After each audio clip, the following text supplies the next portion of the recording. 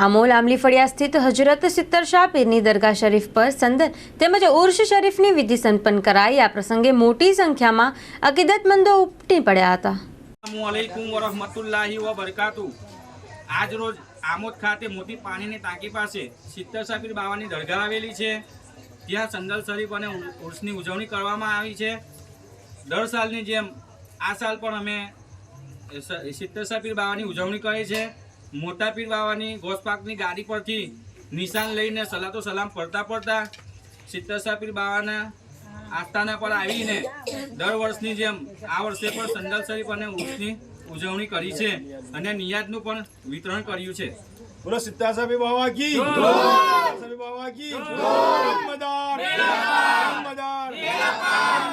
जय।